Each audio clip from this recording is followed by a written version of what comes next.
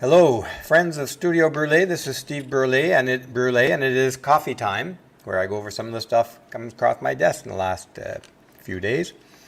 As you've probably noticed, this GameStop thing has been like a wildfire in the news. I do have stuff to talk about that, but I think I'm going to skip it today because really it's a little bit off topic for Studio Brûlé, although it's very interesting.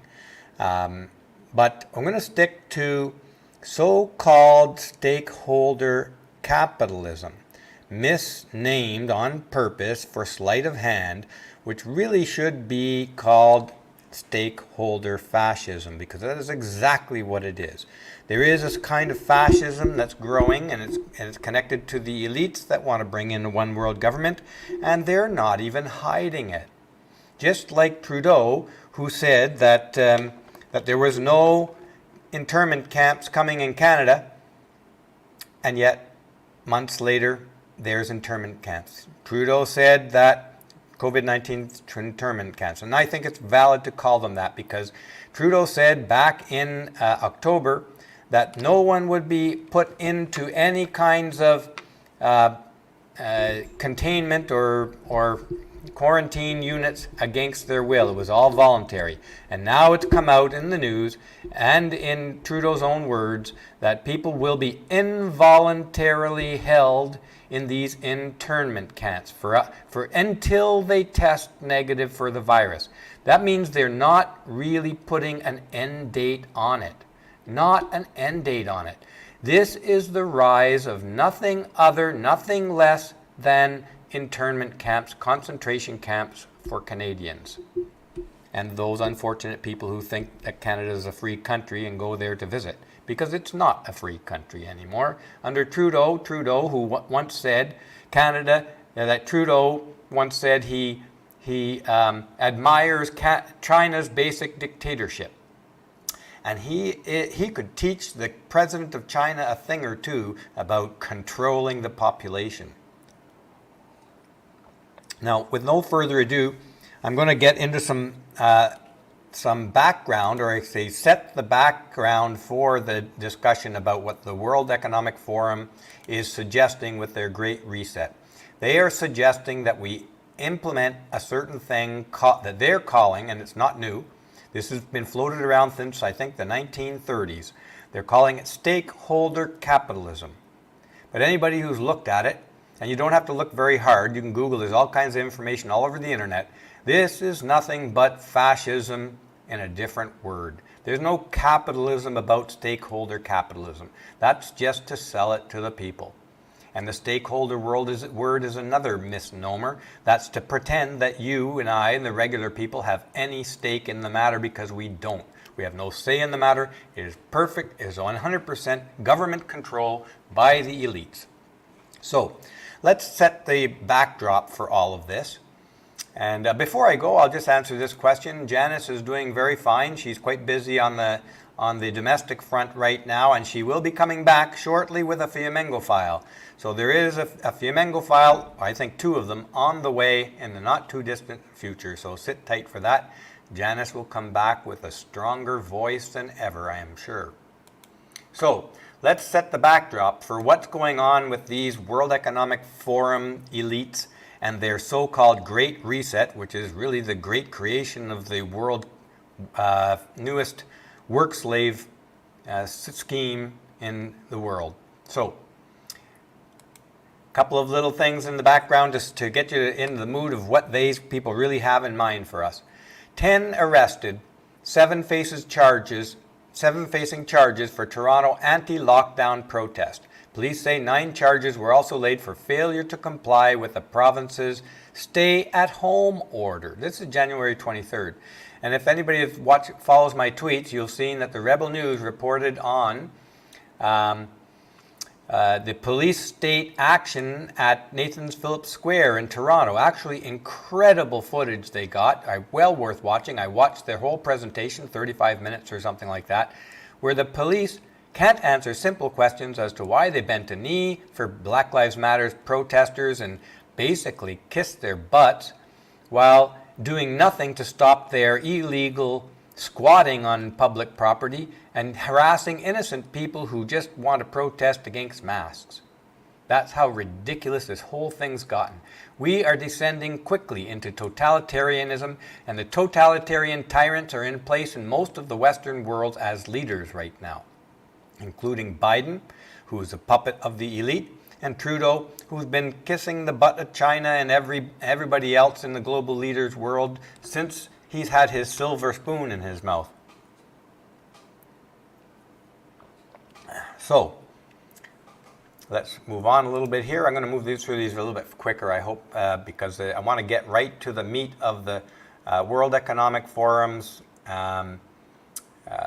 Stakeholder Fascism. Somebody mentioned here that Rebel News reported on that. I did not see that yesterday, so that must have slipped by me. Are you suggesting they reported, Jacques, that they reported on the stakeholder capitalism, which is misnomed, as I say? We should be calling it stakeholder fascism. No question about it. Let me know in the comments. So here is what a little bit of detail about the arrested people. Toronto police say they arrested 10 people flouting provincial orders at anti-lockdown protests in the downtown core. Let's remind each other here, let's remind ourselves that this COVID-19, which is affecting very, very few healthy people, the people who should be out working and having their daily lives carry on, they're almost unaffected. This is used to create the state of emergency. And then the state of emergency gives them these powers to dictatorial powers, tyrannical powers, which is not justified by this COVID-19 virus. So, in a news release late Saturday evening, police say they monitored and attended several large gatherings. I saw, if you looked at Nathan's Film Square, Yonge and Dundas and Queen's Park, Yonge and Dundas was pretty crowded. Nathan's Phillips Square, they were breaking up people who were sitting in pairs, standing together in pairs. Not large gathering. They've now redefined large gathering as more than one person. This is this constantly changing rules, constantly changing orders, because this is not about safety. This is using the excuse of safety in order to massively control people and eliminate your freedoms. Let's look a little further on here. And just bear with me one second.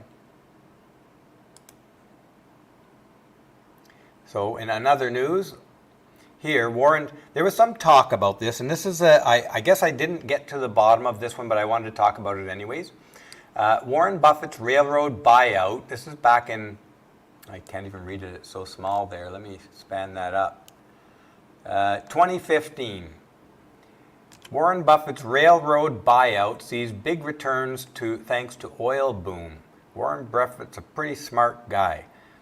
Now, I'm not going to bother reading the details. Basically, Warren Buffett owns a lot, if not all, of the rails that transport oil around the U.S. And there's some question as to whether he influenced the cancellation of the Keystone pipeline.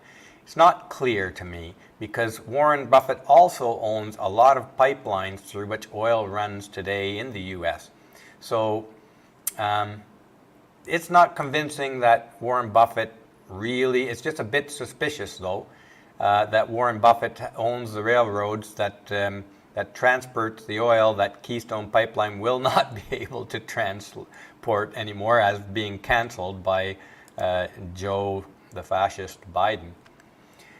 I've got it, this just is a bigger thing here, so it's a double capture. And everybody knows Warren Buffett, probably CEO and chairman of Berkshire Hathaway, that's his investment company. He donated to the Democratic Congressional Campaign in 2019-2020 $254,000, which is actually a lot less than he's donated in the past.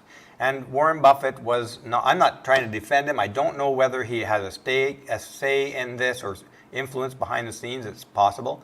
But he didn't endorse Biden, even up till the last minute of the campaign, which kind of conflicts with the idea that he wanted Biden to cancel the Keystone pipeline. So in any case, let's put that one aside. Or I guess I got a couple more things to say about it here.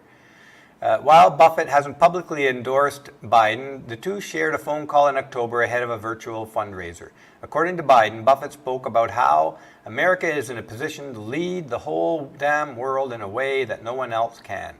Well, that's a bit damning to me, because the reason to get Biden in power is to get the U.S. to open its borders and create the one world government and so-called lead the world. But really, through a one world government, all of this will play out. Warren Buffett will have a big, powerful seat at that table for sure. Reading onwards. You have to be careful about when you do speak, because it's going to be assumed that you're speaking on behalf of your company.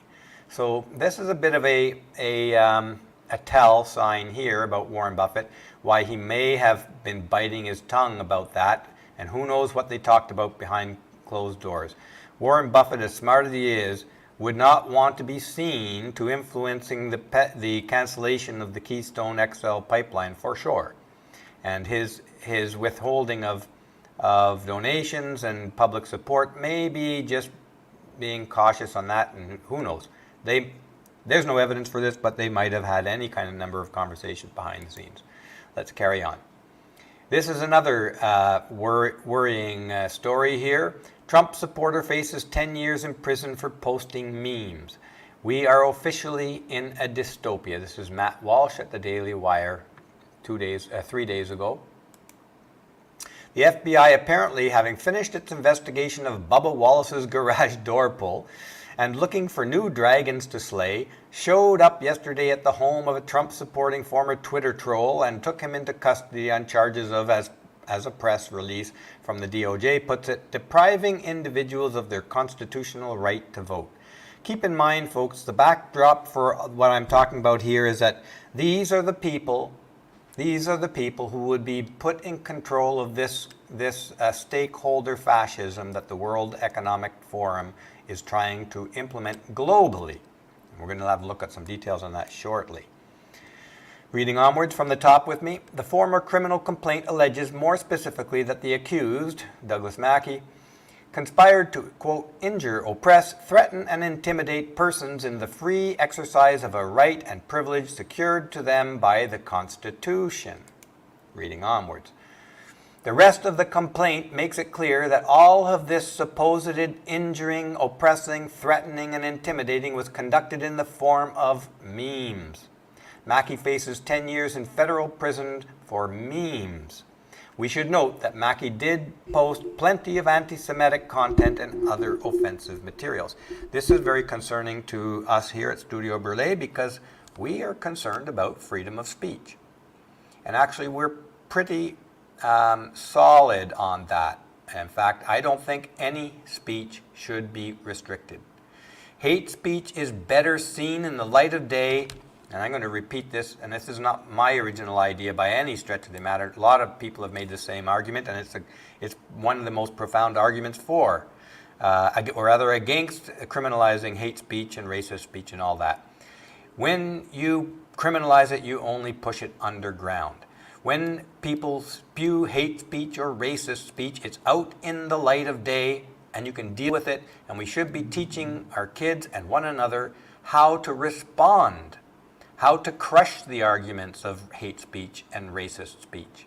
Not bury it so it goes underground and festers and comes out into some kind of violent movement. That's ridiculous.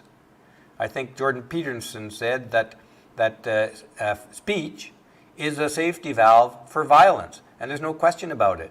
People who can't express their ideas, angry or hateful or whatever it is, they will probably express it physically later at an uncontrolled time. So any restrictions on freedom of speech is bad news for a peaceful society. Very bad news.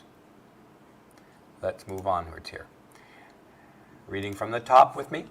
Admittedly, it is not a great shock to find Joe Biden's government arresting and prosecuting right-wingers for posting on the internet. If there's any surprise here, it is perhaps only that it took less than 2 weeks to get to this point. They immediately were talking in terms, the Democrats, in terms of making lists of Republicans and hunting them down and deplatforming, canceling, not allowing them any jobs. The Democratic Party is purely a totalitarian dictatorship-style party. There's no way to avoid that conclusion today. Reading from the top. A constitutional right is infringed, impeded, or removed when a person is, through force or threat, prevented from exercising it. Nobody was prevented from doing anything in this case. Ironically, the only one who can make a credible claim that his rights are being infringed is the very person accused of doing the infringing. This is classic totalitarian leftist strategy. Accuse others of what you are actually doing. Classic. In fact, there was a famous communist, I think, out of Stalin's time who said, and you can tell me who it is if you remember in the comments, show me the man and I'll show you the crime. This is what they're doing. They're pulling crimes out of thin air. Reading from the top with me. Is anyone who made a joke like this now guilty of a federal crime? These are very good questions at the end here of this. Just bear with me a sec.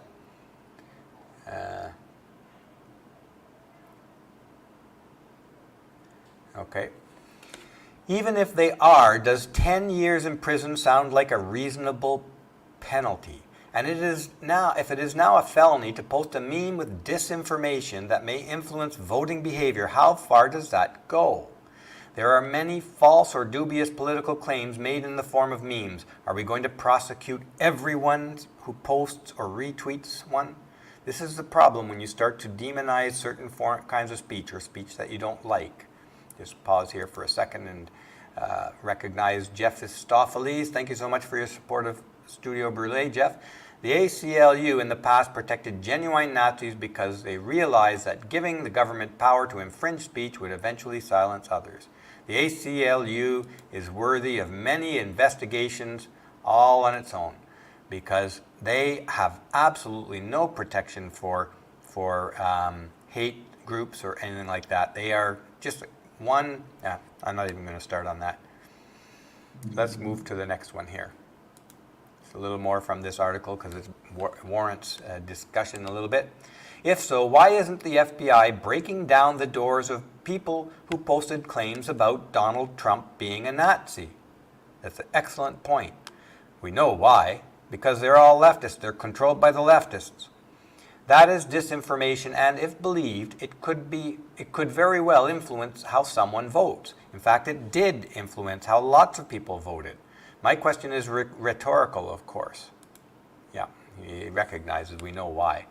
Reading from the top again. Disinformation used against Republicans never has been and never will be prosecuted. Mackey's crime is not that he posted disinformation or infringed on anyone's right, but that he did what he did in support of Donald Trump. That there is the bottom line. That is the bottom line. And these are the people, I want to remind you, before we get into the material on stakeholder fascism, these are the people who will be in control of that stakeholder fascism globally. This is their thinking. These are their puppets that are doing this stuff. The FBI and so on. Let's read from the top. To prove a point that probably doesn't need proving, here is a comedian named Christina Wong in a video posted November 8, 2016, telling Trump supporters to vote on November 9th. By the DOJ's, November 9th, of course, is late. By the DOJ's logic, Wong is guilty of oppressing untold numbers of people and should be facing a decade behind bars. As far as I know, however, the FBI has not paid her any visits. No, they're just creating, show me the man, I'll show you the crime. They're just pulling a crime out of thin air for them. And here are the same people again at the very top of power, positions of power in the U.S. This is Breitbart just 2 days ago. Wall Street's beneficiaries stacking Joe Biden's cabinet. Joe Biden, putting the elite's power right there in the White House. The beneficiaries of Wall Street's cash flow have stacked President Joe Biden's cabinet picks to head various agencies, including the Treasury Department, the Transportation Department, and the State Department. Despite claims to be at odds with Wall Street throughout the 2020 presidential election, Biden is stacking his cabinet with allies and the beneficiaries of some of the nation's biggest banks. The same banks, of course, that are terrified of Bitcoin. But they turn around and say that it should be the central banks that control cryptocurrencies. Yes, no self-interest there.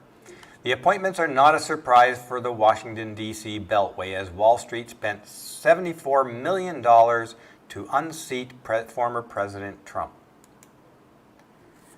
When Vice President Kamala Harris was picked as Biden's running mate, Wall Street executives and hedge fund managers praised the move, describing her as a normal Democrat. She certainly is. That's why her knee pads are so worn out. She's a normal Democrat. That's why she was willing to withhold exculpatory evidence against people on death row until after they were dead, keeping men in prison who were actually innocent to force them into work gangs in her California state. Kamala Harris was the least popular of all candidates running, one of the least popular candidates running for the presidential primaries. But anyways, they picked her. They picked her because they know how corrupt she is. They probably have dirt on her, and that's going to be why they can control her every word, her every flick of her hair. And read that again. Describing her as a normal Democrat, no question about that, no debate there, who was exceptionally well received by the big banks. They all know who they can control and who they can't. One executive said of Harris, "What's not to like?" That tells you a lot about the character of the people at the very top here. Okay, folks, you know that. Reading onwards from the top, Biden's COVID-19 response czar will be Jeff Zients, who is CEO of investment firm Cranemere, and will now focus on the pandemic health crisis. Okay, so here we have a CEO of an investment firm who will focus on the pandemic health crisis. Doesn't that ring a few alarm bells, folks? A CEO of an investment firm is going to be in control of the pandemic health crisis. Not somebody who ran hospitals, let's say. Not somebody with some kind of large experience in the health industry. Somebody who knows how to make money off of crises. This is a CEO of an investment firm. The pandemic is an investment to these elites. They stand and they are profiting in enormous ways, unprecedented profits, unprecedented increases in power. So they need a CEO from an investment firm to manage this incredible source of power known as the COVID-19 pandemic. You just can't, you could never make this stuff up. You know, I don't think Stephen King could have written this story. And it wouldn't have sold because people say, oh, Stephen King has gone overboard. He's lost his mind. This is just too crazy. This could never, ever happen. I don't think he could have made it believable. Not even Stephen King in horror movies. But here we have it. It's playing out before our very eyes. And this, in our clown world today, the people who are at the top of our society are trying to give awards to the most violent, the most disruptive liars in the world. Black Lives Matter nominated for a Nobel Peace Prize. Well, war is peace, as we know. January 29th, this came out. This is all the backdrop to the people, to understand the people who want to usher in, the people who want to usher in and take control of our global economy under the false name of stakeholder capitalism, better understood as stakeholder fascism. Let's read from the top here. In his nomination statement, Norwegian Member of Parliament Peter Eide writes, "I find that one of the key challenges we've seen in America, but also in Europe and Asia, is the kind of increasing conflict based on inequality. Black Lives Matter has become a very important worldwide movement to fight racial injustice." Wow. Are they ever spinning the web of lies now? Black Lives Matter is nothing but a feminist movement spinning division and hatred. Let's move on. And I did a video on that. If you haven't seen it, it's Get to Know Black Lives Matter quite a while ago. But nothing has changed in terms of the essence of Black Lives Matter since then. Eide asserts, reading from the top with me, "Studies have shown that most of the demonstrations organized by Black Lives Matter have been peaceful.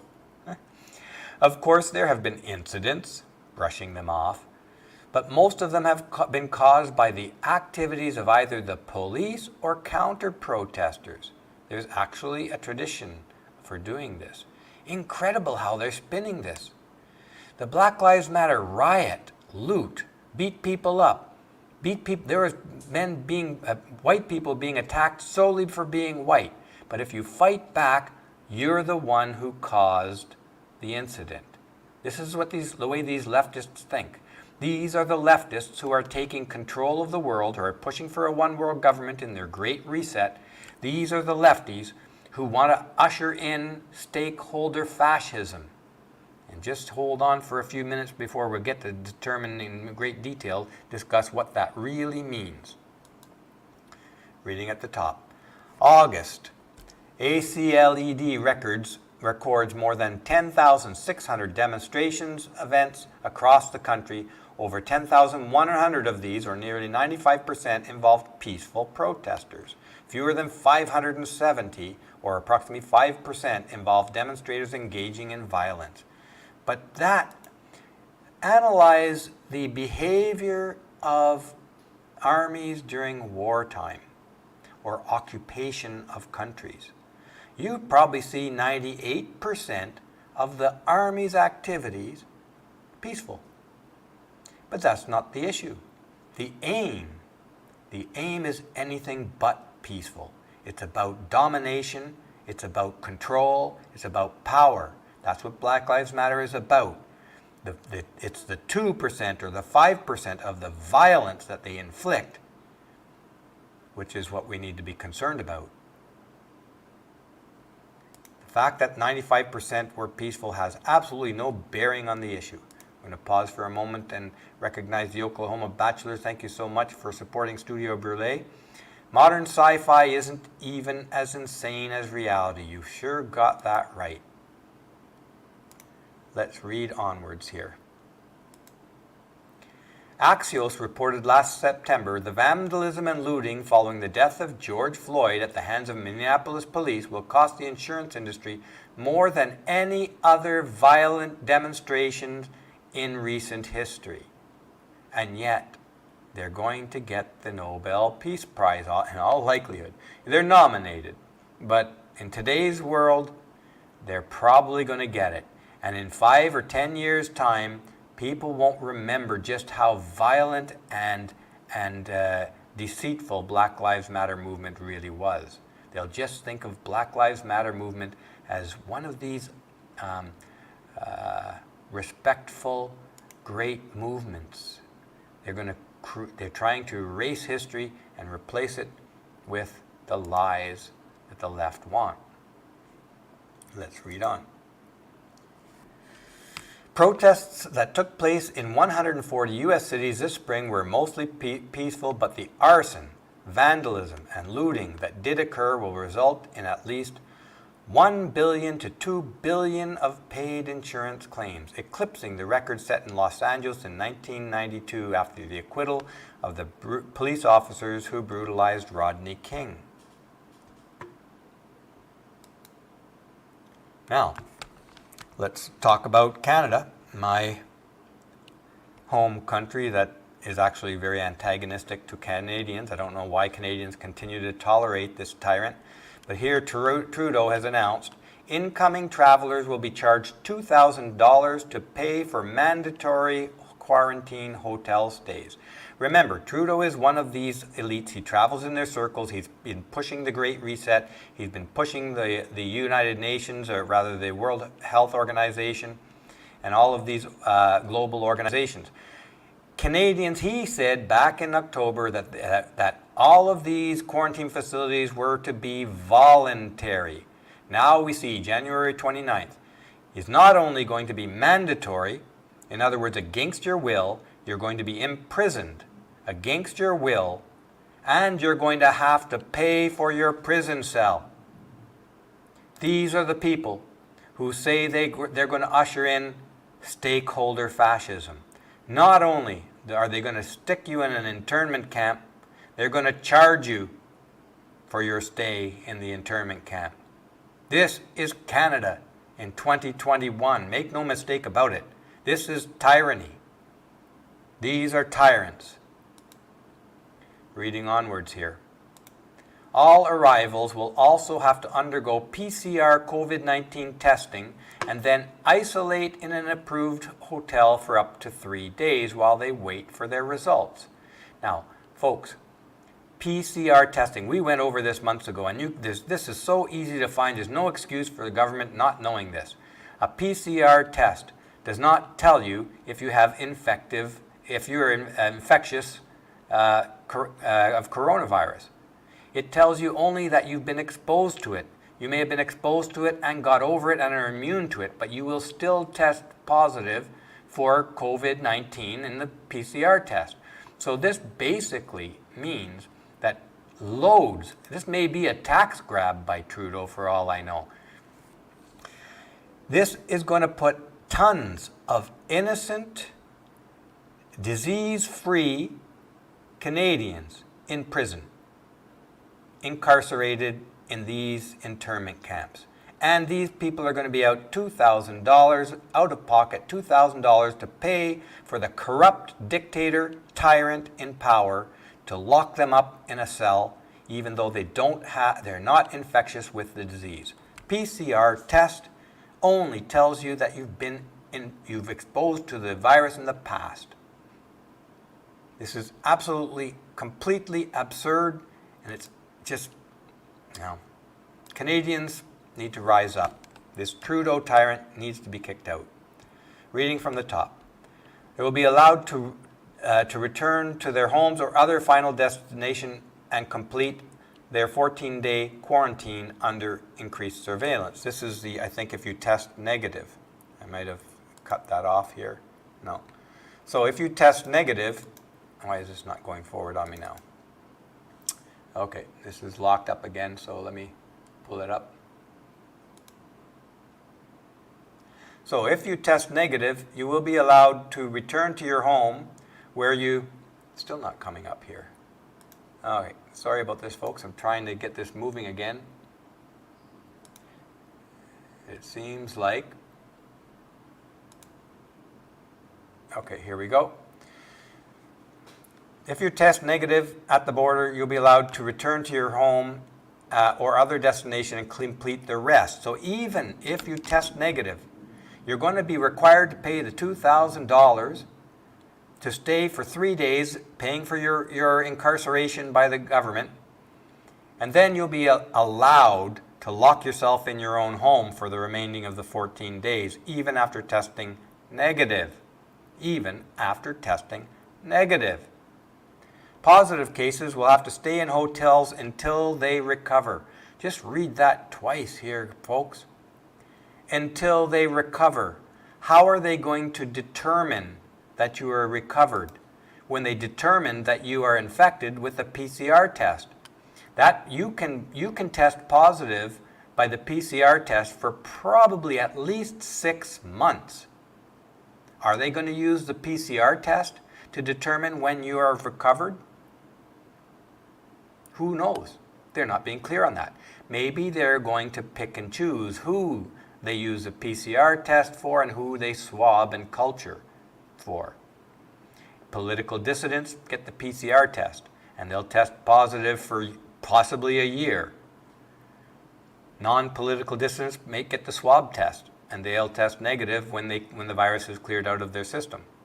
These are the people who want to take over control of the world and call it stakeholder capitalism, which is fascism in no uncertain terms. Let's read onward here. And this is the biggest problem. I discussed this in the last coffee session. Canadians actually want their freedoms taken away in order to feel safe, even though that safety is an illusion. And this is the kind of comment from a guy named Paul Dessa, and he's in the majority in Canada. This is how dangerous a situation we are in right now. The folks, we have a rising tyrannical fascist governments and totalitarian dictators all around the world trying to imprison us, take away our rights. And what do we say here? Pay or stay home. I stay home and all should do the same. Like a good little work slave. Paul, you're an embarrassment to humanity, embarrassment to Canada. Paul Dessa says, just obey. Just obey. Where have we heard that? Paul, wake up. Paul, obey, please. You're being turned into a work slave class. And it doesn't bother you? What's wrong with you, Paul? Let's carry on. Cliff says, in my case, I will be broke when I return to Canada. Can't get blood from a stone, but I don't know why I would return anyways. Who needs this? And you can see it there. I'm with Cliff here. I'm not going back to Canada and putting myself at risk under the control of that tyrannical dictator in Canada. There's no way. I'm Canadian. I'm a Canadian citizen. I walk across that border, they're going to stick me in one of these concentration camps. I'm not going back. This stuff have to be all over, and I have to feel awful secure that the tyrants can't stick me in a concentration camp. That's right, Cliff. Stay away. And you folks who are in Canada right now, get out. Get out before... They've already shut off most of the flights out of Canada. I think 4 major airlines announced just, I forget, a couple of days ago, that they were canceling all flights out of Canada. Doesn't mean you can't drive across the border of the U.S., but then you're dealing with Biden's clown world down there now. Although the U.S. is probably better than Canada. Canada has an outright dictator who admires China's basic dictatorship. Folks, Canadians out there, wake up. Wake up. This is a crazy nightmare that you're just allowing. You're seeking it. You're seeking it out. Reading this one here. This comment. How is this legal? I'm a Canadian citizen set to return on February 11th from the U.S. as a cross-border worker. If I produce a negative COVID test upon entry and have no symptoms, how can the Canadian government force me into quarantine at my expense? This has got to be a violation of charter rights. As if these tyrants are going to honor the Charter of Rights and Freedoms in Canada. That's why, okay, this is for you, Tulip. The reason they hysterically blew this pandemic up into a global emergency is so that they could take the emergency powers. Emergency powers supersede your Charter of Freedom and Rights. This was not an accident. Yeah, they can do that. Trudeau probably sees this as an income generating thing. Stick you in prison and charge you for your own imprisonment. God knows how much profit he makes off of that. Let's read a couple more responses here. Some of these responses are encouraging, but this is from a Breitbart article, I think, was it? Though I can't remember. Rebel News. So this is not a representative sample of Canadians' opinions. Canadians generally follow CBC and the rest of Trudeau's fully owned media organizations. The Rebel News is a much smaller organization by an enormous amount, but it's one of the few sane journalistic organizations left in Canada. Let's read what David Brandon has to say. I am returning Sunday night and I will refuse to be quarantined in their hotel. They will have to handcuff me and lock me in the room, and then I will not pay for the room. Well, David, those are brave words, but they will handcuff you. You're no match for 8 SWAT team members or RCMPs or police swarming you with guns and handcuffs. They're going to lock you in that room, and they do lock you in that room. They only open the door 5 times a day. 3 times to give you some crappy gruel that you wouldn't feed to your enemy's dog, and twice more to take your temperature with those temperature guns. This we've talked about in previous sessions. They will, David. I appreciate your spirit, but look, you can say you will not all you want, but you can't alone or be any match for their power. Christie says, the list of Charter of Rights violations just keep increasing. Canada is a gong show. Yeah, I wish it was just a gong show. You know, that would be nice if it was just all a big gong show joke, but it's not. Canada is a dictatorial state. It's a police state run by a tyrant named Trudeau. And our opposition parties, for some reason, are doing absolutely nothing about it.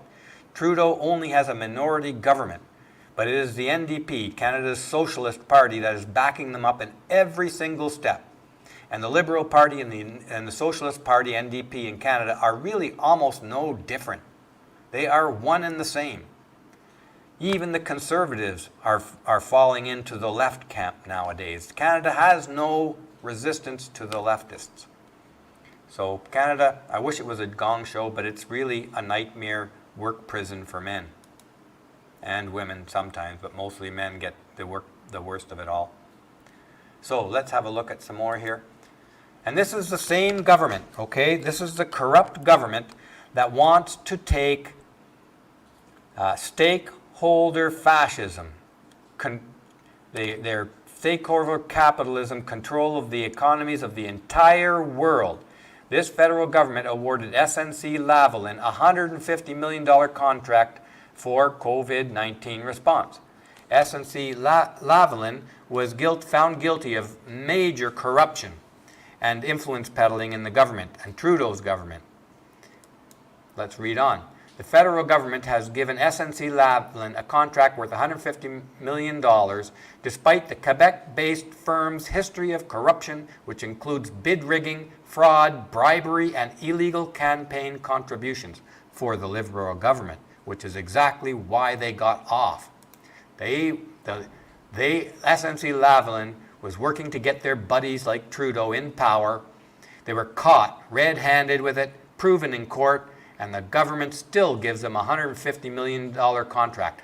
That, folks, those are the people who say capitalism isn't working, and they're going to create stakeholder fascism in the world. This is bad news. I hate being the bearer of bad news all the time, but we are going through a dark time. We're just entering into it. That's why I call it the 1,000 years of darkness. For just these reasons, and we're going to see the worst of it yet to come with this stakeholder fascism. Reading from the top, numerous people in Justin Trudeau's government, including former Principal Secretary Gerald Butts and former Privy Council Clerk Michael Wernick, attempted to coerce former Attorney General Jody Wilson-Raybould into granting SNC-Lavalin a deferred prosecution agreement. This was an incredible scandal here, and they're lucky they got off light. 3 former SNC-Lavalin executives pleaded guilty on several occasions to breaching the election acts of $109,000 worth of illegal campaign contributions to the Liberal Party organizers. The company pleaded guilty to fraud in 2019 and were placed on probation period for 3 years for their bribery of Libyan government officials to win construction contracts. Federal support for SNC-Lavalin has proven to be unwavering.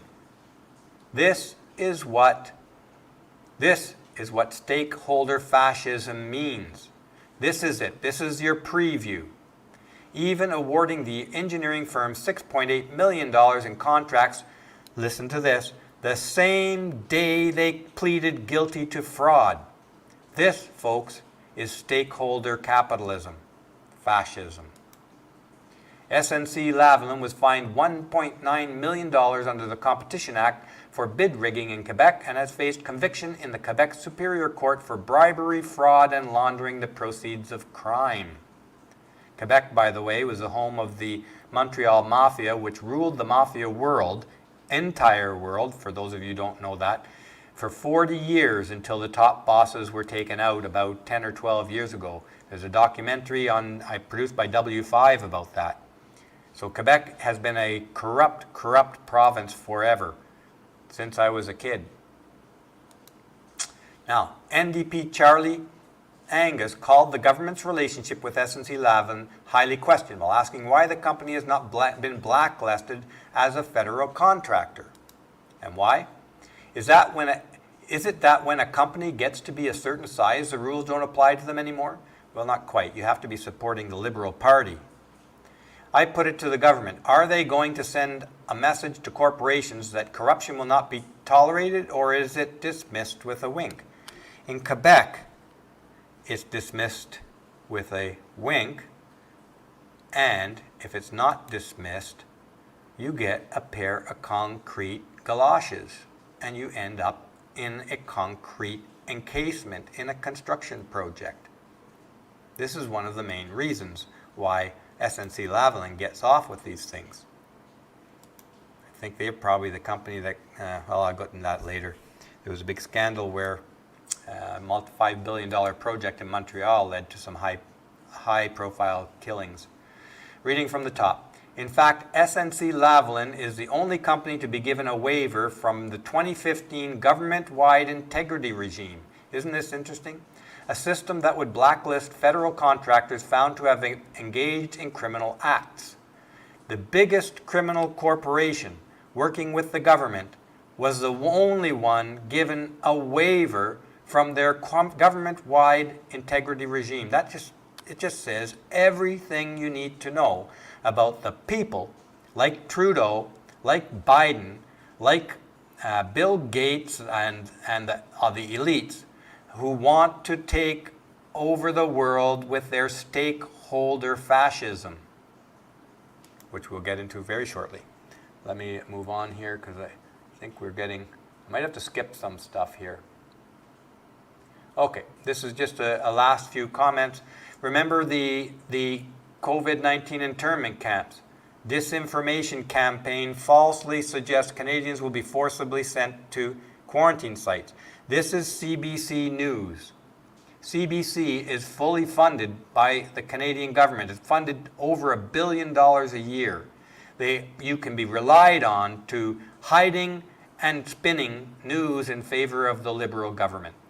This is October 20th. Read it here. October 20th. Let's read on. They're calling it conspiracy theories. And it says right there in black and white, and these people put their words to it, Canadians will not be forced into COVID-19 internment camps or containment camps, a spokesperson for Health Minister Patty Hajdu said Tuesday, taking aim at a disinformation campaign that has been circulating on social media for weeks. The claim that the government is preparing to forcibly intern Canadians is patently false, the government said. Remember, these are the people who want to take over the world with stakeholder fascism. The answer is no, we're not building containment or internment camps, the spokesperson told CBC News. Disinformation like this is intended to deceive Canadians and cause fear and confusion. We encourage Canadians to double-check sources before sharing to avoid spreading disinformation. And you know what, folks? This is really telling. CBC, with their more than $1 billion a year funding, never investigated whether these internment camps were being constructed. They just ran defense for the Liberal government right up to the last minute. These are the folks who want to take over the world with stakeholder fascism. Let's read on. Prime Minister Trudeau said Tuesday that he had to personally reassure a young woman during a recent virtual meeting that his government will not remove people from their homes to put them in containment facilities. Notice the wording here. He said he told her that she should turn to public health officials for accurate information on the pandemic. Nobody accused. This is important because this is how this little slick little tyrant twists things on us. Nobody accused them of planning to take people from their homes. No, the accusement was taking people at the border, of course. But this is his little slick way to deflect the issue. Let's carry on. Trudeau said nefarious, and you got to read this one really carefully. I've covered this one before, this quote. Trudeau said nefarious foreign actors and Canadians with an extremist agenda are bent on weakening people's confidence in our institutions and our democracy by pushing bogus theories online without evidence. Now, that there is a huge conspiracy theory. That's a huge, nefarious foreign actors in Canada, weakening people's confidence in our institutions and our democracy. Again, this is what the left does. They accuse their opponents or critics of doing exactly what they are already doing, causing confusion and making people who haven't dug into the situation wonder, and then they end up trusting the sources that the government authorizes. And then the tyrants move forward with their power. Let's read from the top. I want to say simply that there are no secretive internment camps being built, Angus said in a letter to his constituents. And yet they're here now. Reading from the top. They have to be, this is just, it's too incredible to even believe, folks. Reading from the top here. The genesis of this disinformation campaign was Hadjdu's announcement in September that the federal government would offer funds to the City of Toronto to help it retrofit a facility to house homeless people infected with COVID-19. In addition to such voluntary sites, notice they said voluntary, for vulnerable people, all sounds so good, doesn't it? The federal government has a mandatory quarantine policy in place for most returning international travelers. Mandatory. Canadians must isolate. We went over this again, so let's just move it forward here. The public health, this is, I forget this, where I cut off a little bit too much here. The Public Health Agency of Canada has set up quarantine sites across the country to accommodate international travelers who don't have access to safe places to quarantine. But it's not like that anymore. You're taken at the border. You don't even have a choice now. There's a 3-day mandatory internment camp stay, and you pay for it. There are now such, reading at the bottom, there are now such facilities in 9 Canadian cities, most of them hotels, with the capacity to lodge up to 1,600 travelers. Folks, I have to ask you this.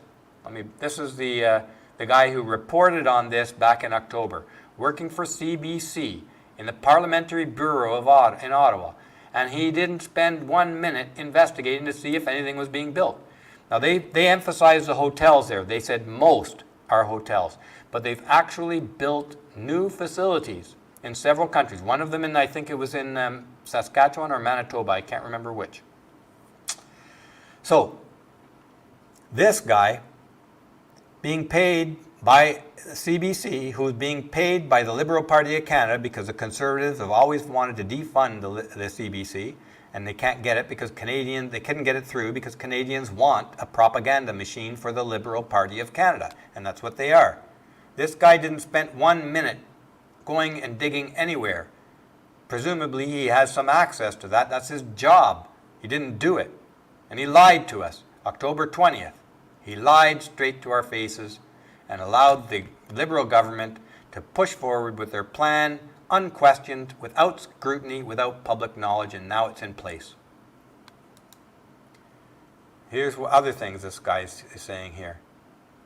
We'll read this now. January 29th, he's saying, in addition to the pre-boarding test that is already required, Trudeau says the coming weeks the government will be introducing mandatory PR testing. We already covered that. Now he has to say that because, everybody else is reporting on that. He can't ignore it anymore. He used the same things that we've already saw here. This is the same stuff we've already saw coming out of his tweets now. Where were you back in October, John Paul Tasker? taking a little vacation on CBC / taxpayers' money coming through the Liberal Party of Canada. And this guy responded here.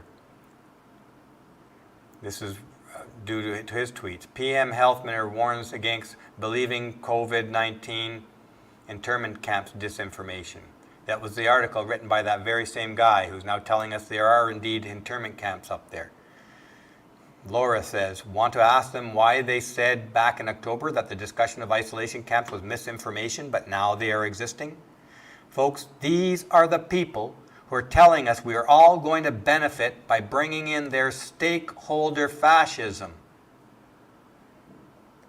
They lie to our face, and we just say, oh, it doesn't matter. Take away my freedoms, lock me in your internment camp. That's what's going on in Canada today. Canadians are not getting outraged. By the time they get outraged, they won't even be allowed to open their mouths in their own homes. It's that bad. Okay, so let's get straight on to the Great Reset. The Great Reset, the World Economic Forum's plan, which includes stakeholder fascism. This is Davos' Great Reset. This is printed 3 days ago. And reading the title with me. French President Macron declares modern capitalism can no longer work. Modern capitalism can no longer work. Who is Macron to make that decision, and why? And why? They've been pumping this message at us ever since the beginning of the pandemic. And you notice that they weren't pumping this message at us before the pandemic. They had to get us all locked up, all afraid, all the emergency procedures and controls and practiced and in place and refined and perfected around the world so they could start this. Let's read this from the top.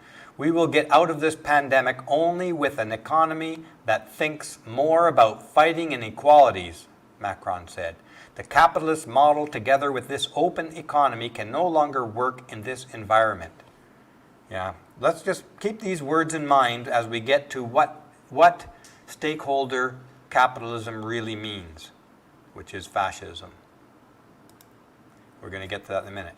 Mr. Macron, who has been seen largely as an economically neoliberal leader, went on to claim that the world needs to, quote, move beyond the hostility towards state intervention into the economy, and that companies must be bound by the responsibilities of alleviating economic inequality and reducing their alleged impact on the climate. This is pure, unadulterated, leftist crap. Move beyond. Read this words here. This is very foretelling, folks. Move beyond the hostility towards state intervention in the economy. That right there is their admission that stakeholder capitalism is really stakeholder fascism. Because that exactly is what fascism does. It is government control of the economy, government direct control over the businesses, and we're going to see exactly about that in a few minutes here. Reading from the top.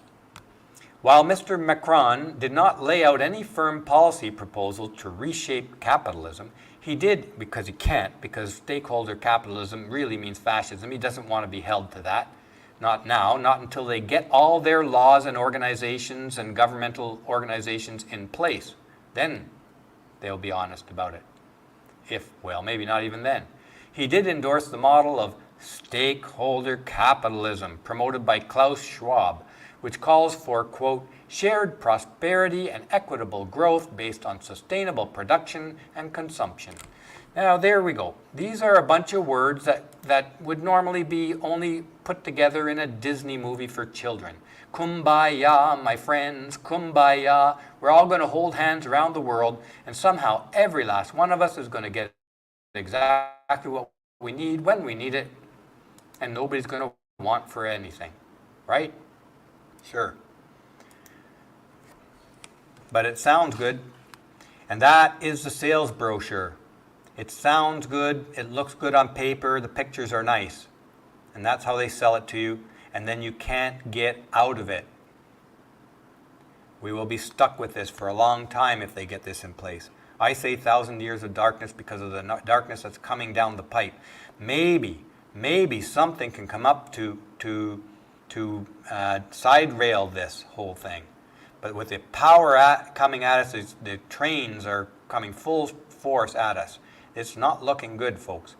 We have to wake up all together, regular people, and protest in the street against every last attempt to take away our freedoms. This is their weak point, is that to do this they have to take away freedoms, and that's what they're doing. We have to rise up and refuse to have our freedoms taken away, to reject this argument that this pandemic has anything to do with an emergency, because that is how they're justifying emergency procedures, emergency measures. That's how they're locking people in their home. That's how they're telling the police to arrest people on the street. That's how they're justifying creating internment camps. If we don't defend every last one of our freedoms with every strength we have, they are all going to be gone, and we will spend rivers of blood and suffering trying to get it back, if they can get back. And it won't be a short journey if they succeed. Let's read on.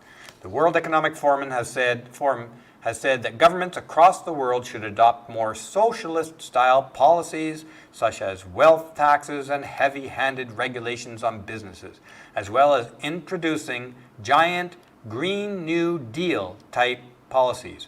You folks remember when crazy AOC came out with her Green New Deal? She was not crazy. She was given that plan. That was put out there so that all the laughing and criticism could be forgotten when they get around to putting it actually in place. And the World Economic Forum definitely wants to put it in place. It's a disaster for you and me, but it's a hell of a power grab for the elite. Reading from the top. Laying out the Great Reset in June last year, Schwab used the excuse of the Chinese coronavirus crisis to declare that the world must act jointly and swiftly to revamp all aspects of our societies and economies, and then that there is a need for a great reset of capitalism. Back in the early days of this coronavirus, do you think they did not know this? They created this crisis. Then they create the plan that they say the only plan that can be used to get us out of this crisis. They are really holding us hostage. They are holding us all in prison and in hostage until we accept their great reset plan. That's what it comes down to. They have control of all the police forces of the world. They now have control of the U.S. Army through Biden. It's great to hear the spirit of people say, I'm not going to submit. And we need that. We need people to organize in crowds, in protests, and go out and say, you know what? I'm going to exercise my freedom. This is an illegitimate emergency. It's an excuse to bring in these totalitarian governments. I'm just going to exercise my freedom. We don't need to do it alone. People need to organize and do it in groups. Show your disapproval, because this is a pivotal moment in the history of freedom for regular people. Reading on here. Yeah, so there he was, a great reset of capitalism. It's been in the works for a long time. Now, the links are all in the description here, so I can't remember what site I got this off of here, which website, but let's read what the title with me, for at least. Is Stakeholder Capitalism Newspeak for Economic Fascism? Reading the subtitle, the changes favored by the Great Reset movement would force businesses to serve the interests of ruling elites and leave true stakeholders out in the cold. Do look for the link, because this is a well-written article, and it explains it, and we're going to go over some highlights from that right now. I'm just going to look ahead here a bit. So, sorry folks, just bear with me 1 second before we get into the meat of this.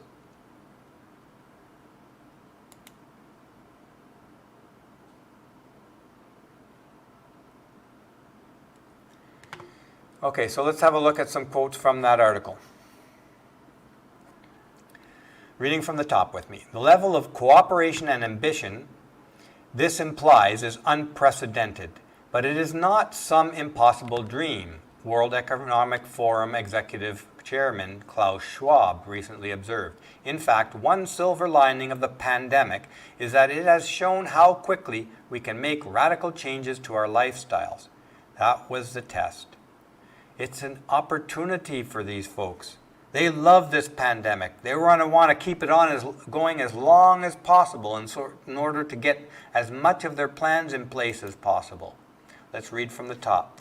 Of course, when they say our lifestyles, they mean your lifestyle, not their own. Their preferred vehicle for achieving their goals is other people's businesses. In short, what they want is for private businesses to serve the interests of their own curated list of stakeholders rather than, as they see it, concentrating on returning profits to business owners. They want governments to pass laws and tax regimes to cajole businesses towards their favored ends. Since this arrangement still involves a modicum of private ownership of the means of production, they call it stakeholder capitalism. Read at the top here, folks. Their preferred vehicle for achieving their goals is other people's businesses. It is not their lifestyles. And we've seen a foretelling of this with the elite through the pandemic. They're not obeying any of the rules. They're not restricted in their lifestyles and their choices. They're carrying on like they always carried on and laughing at the rest of us as we're either beat up by police or arrested for breaking a curfew. Let's read on what they say in this article here. Stakeholder capitalism versus true stakeholders. There is one reliable way to know if a business is serving the needs of stakeholders, profit and loss. Absent any government bailouts or monopoly privileges, the higher the level of profit, the greater the degree to which stakeholders' needs have been balanced and served. I might also say, folks, also here, is that the way anybody in the West with a few extra dollars can become a stakeholder in capitalism as it is. I think even this article failed to make this point, which is on my mind right now, so I'm going to just point it out. If you want to be a stakeholder in today's capitalism, you just go to the stock market and buy a stock that you think is worthwhile, and you're a stakeholder. Okay, so I admit there are some very poor people who don't have an extra $1,000 or $500, but you can still, the majority of people with a reasonable job and a little bit of ambition can become a stakeholder. It's a decision for most people not to be a stakeholder. So it's a lie that a lot of people are not stakeholders in present-day capitalism. If they're not stakeholders in present-day capitalism, it's because they chose not to. And I remember even back when I first started working, I think I put $500 or $1,000 into a mutual fund in 1982 or 83. When I first started working, it was like one of my first extra bits of money. I think I even put that in before I paid off my student loan.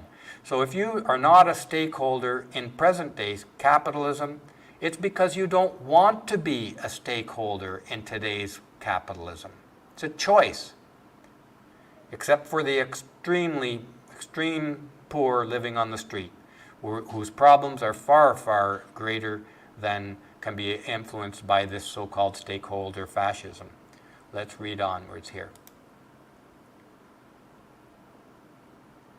Next slide here.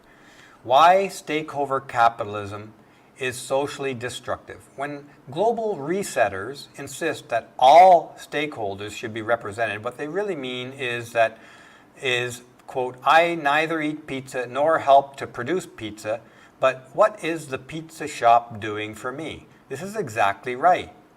In their claims, if you read their Great Reset stakeholder capitalism claims, they want everybody in society to have some kind of stake in everything that's going on in society. And how do they do that? They put the power in the hand of the government. And with this Great Reset, they really mean a one world government. And I urge you to watch the video, the Feminism's Role in a One World Government on my channel, if you haven't seen it yet. Explains a lot of this, some of this kind of stuff. Let's read onwards here. It is a bold-faced attempt to substitute the interests of non-stakeholders for the interests of stakeholders, using surreptitious language to blur the line. There you have it, you know. You're not a pizza maker, and you don't even buy, and you're not a pizza purchaser, but you want a stake in the pizza business. Well, in today's present capitalist system, if you want a stake in the pizza business, you start making pizzas, start selling pizzas, start buying pizzas and eating pizzas. You know, it's that simple. Let's read from the top. Murray Rothbard puts it well. Whenever someone begins to talk about, quote, society or, quote, society's interests, coming before, quote, the mere individuals and their interests, a good operative rule is guard your pocketbook and guard yourself, because behind the facade of, quote, society, there is always a group of power-hungry doctrinaires and exploiters ready to take your money and to order your actions and your life, for somehow they are society. That's exactly right. And they are the beneficiaries. The elite that are pushing this stakeholder fascism are the only beneficiaries of this so-called stakeholder fascism. This is a coup to take over control of the world, even more control than they now have. Let's read onward here. Reading from the top. A better way to understand society is the sum total of all voluntary interactions between individual people. Voluntary activity is pro-social, while use of coercive force is antisocial. Those who want to hyphenate capitalism invariably prefer to use the use of government force over voluntary interaction. That is exactly right. We are facing a coup by globalist elite who want to create a one-world government with two classes of people, rulers and work slaves. And you know which class they intend you to fall into. And you will not have the freedoms you have today if they succeed at that. Reading from the top. Socialism means the abolition of private ownership of the means of production in favor of mythical, quote, collective ownership. And it is mythical.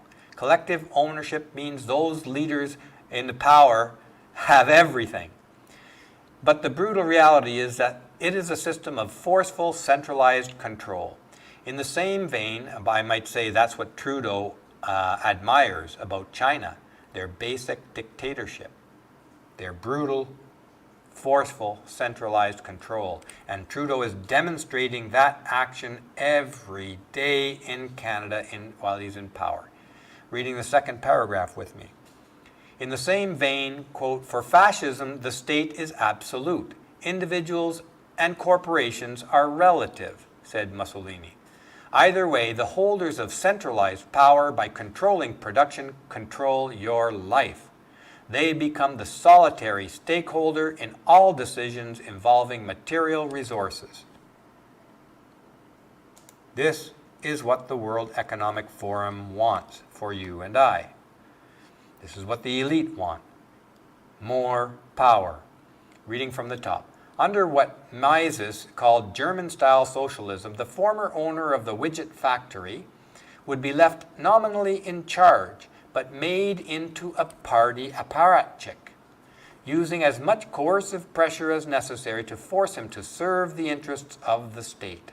The ownership in name only, this ownership in name only, is why people sometimes confuse National Socialism with capitalism, rather than correctly identifying it as another path to socialism. Resources are de facto nationalized by different means. This is very important, and there's a good article out there. I think it's on, I won't remember the site, but it says, why are fascism and socialism so similar? If you Google it, it'll probably come up. Reading from the top. Under German-style socialism, Mises explains, even before the outbreak of war, former capitalists were reduced to the status of shop managers. This is what they intend under stakeholder fascism, which they are calling stakeholder capitalism. There's not much more to go through, folks, so bear with me for this last bit. Reading from the top, this is a long one. No German capitalist or entrepreneur, quote, or shop manager, or anyone else is free to spend money on his consumption than the government considers, more money I think they meant there, than the government considers adequate to his rank and position in the service of the nation. Nobody is free to buy more food and clothing than the allotted ration. Rents are frozen, furniture and all other goods are unattainable. Travel abroad is permitted only on government errands. We already see travel being severely restricted under the excuse of this pandemic. Reading onwards. German corporations are not free to distribute their profits to the shareholders. The amount of the dividends is strictly limited according to a highly complicated legal technique. For many years, German business has not been in a position to replace its equipment. Warring Germany lives on its capital stock, i.e., on the capital nominally and seemingly owned by the capitalists, but completely under the control of the government. That's fascism. Fascism and socialism are very, very similar, folks. So read that article that I suggested. It's in one of my previous videos, I think, too. Reading again from the top. This is a picture of stakeholder capitalism made manifest. To varying extents, all governments adopt these kinds of policies during wars or pandemics. That's what we're seeing right now, folks. Using what Robert Higgs calls the ratchet effect. This is why groups like the World Economic Forum view COVID-19 crisis as a great opportunity. A great opportunity, because it gives them this power to enact these policies and change the entire world in one fell swoop. Reading the second paragraph with me. I am not suggesting that Klaus Schwab and Cadre aim to produce Merschmitz and mustard gas. They won't need to. But whatever their goals are, if they were socially beneficial, then no force and no great reset would be required to achieve them. People would voluntarily cooperate towards those ends. By contrast, the apparent need to overturn market cooperation using government coercion indicates that their agenda is one that suits the elite to the detriment of the voluntary society. All of this only serves the elite. It is the elite that are planning all of this. It is the elite that have already doubled their wealth as a result of this pandemic. It is the elite that will double their wealth again this year. Now, I think this is the last quote from that article. Reading from the top with me. A system that replaces the goals of true stakeholders with the iron will of ruling elites, which retains nominal private ownership, but uses government force to pressure firms to serve centrally determined goals, looks and smells an awful lot like economic fascism. That is what it is. It is fascism. The World Economic Forum, controlled by the elites, want their great reset coming in to usher in the new capitalism, which is not capitalism all. It is stakeholder fascism. And the true stakeholders, well, we've discussed that already.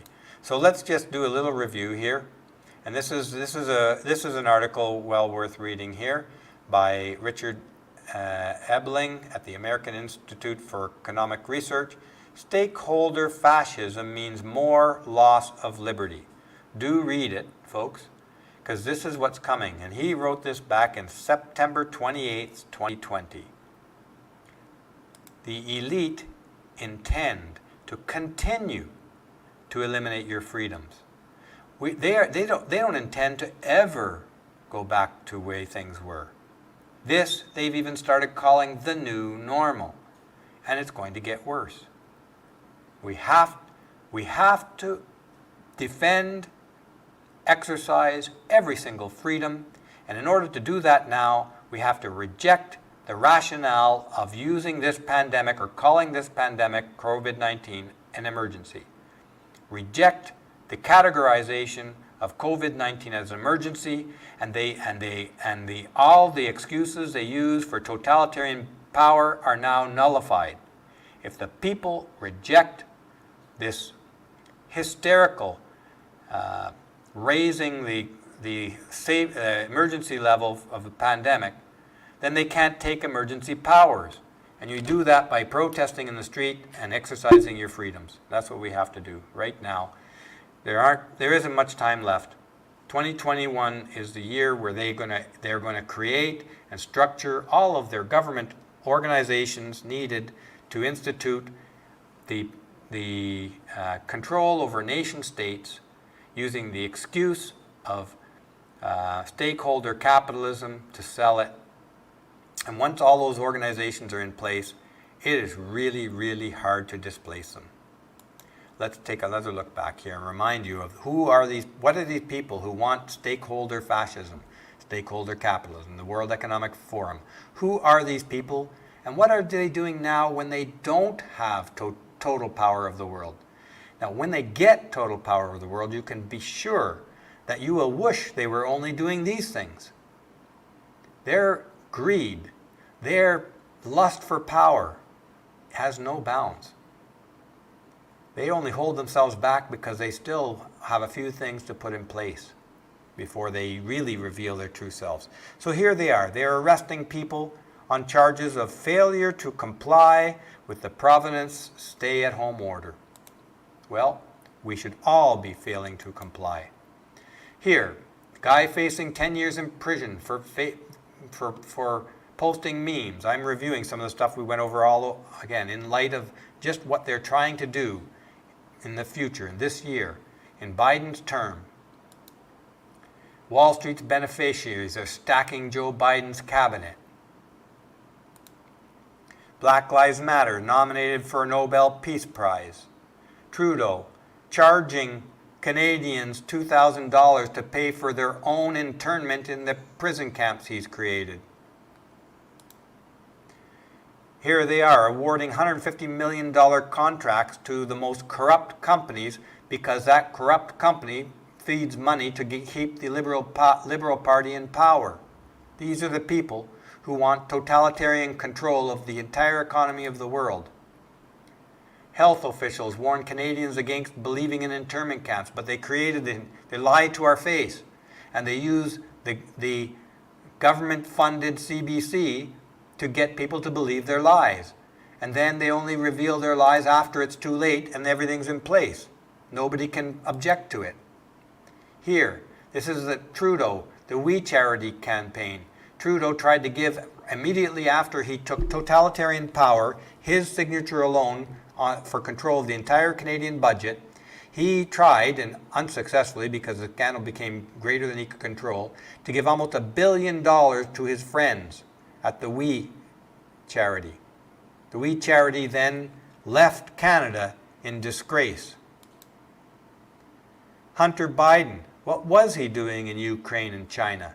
These are the people who want totalitarian control of over our entire lives, the economy of the world, who will you know what I'm getting at. And yet here's Wikipedia. I don't know how the leftists managed to keep this like this. The Biden-Ukraine conspiracy theory. They're calling it a conspiracy theory. I have to say, I'm proud when people call me a conspiracy theorist now. It is a badge of honor because it means anybody who gets labeled a conspiracy theorist is digging below the surface and coming out with the truth. We are being lied to in our face in order to imprison us and turn us all into work slaves. The World Economic Forum outright stated, baldly, that the standard of a living in the West has to go down in order to transfer wealth to third world countries.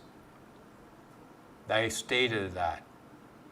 And folks are voting for it. This is what is most disillusioning about all of this period of time that we're living through, is that the majority of people, at least in Canada, and I think at least half of the people in the U.S., maybe a majority in the U.S., are voting for their own imprisonment. They are actively helping their leaders eliminate their freedoms, all in the name of safety. Safety, safe, is a four-letter word. You should think about that now. There is no such thing as 100% safety in life. We have to accept risks. And if we don't accept the risks that come along with being free, then we will all be work slaves before we know it. And I think that's all I have to say for today, folks. This topic gets me worked up because really, we, the people, the regular people, are complicit in the loss of our own freedoms today. That's what makes it hurt the most, is that people are wanting it, asking for it, walking straight towards their own imprisonment, willingly. Not everybody, but too many are. So, thank you for joining me on Studio Berlin today as we discuss what stakeholder fascism really represents, coming from the World Economic Forum and the elites of the world. Who are these, and discussing who these people really are. As I like to remind everybody, do something you love today. Do something you love to do every day. And if you don't have something you love to do, find something you love to do, because this is your life and you should enjoy it every single day. And to be honest, I did that in the most difficult periods of my life when I went through years of custody battles and all kinds of nonsense that I can't even wrap my head around anymore. It was doing something I liked every single day that got me through it. It keeps your mental attitude up. It takes your mind off your problems. Find something you love to do and do it every day. With that, I hope you join me again this coming week with Coffee with Steve for another interesting topic of what's going on in our world today. Ciao for now.